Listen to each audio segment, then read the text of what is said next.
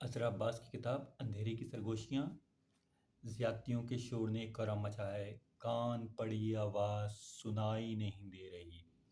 کان پڑی آواز سنائی نہیں دے رہی، شور کے اندھیرے میں ہاتھ کو ہاتھ سجائی نہیں دے رہا۔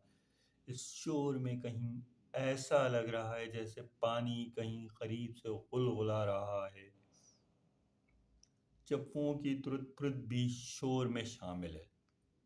چپوں کی ترد پرد بھی شور میں شامل ہے، ایک دوسرے سے پیٹھ ملائے بھوک کی زد میں آئے، بے شمار انسانی پیٹ آسیب زدہ اپنے اپنے نصیبوں کے بھنور میں پھنسے، صبح و شام کے جھٹپٹے میں آسمان تک رہے ہیں۔ سنا ہے کسی قوم پر منو سلویٰ بھی اترتا تھا۔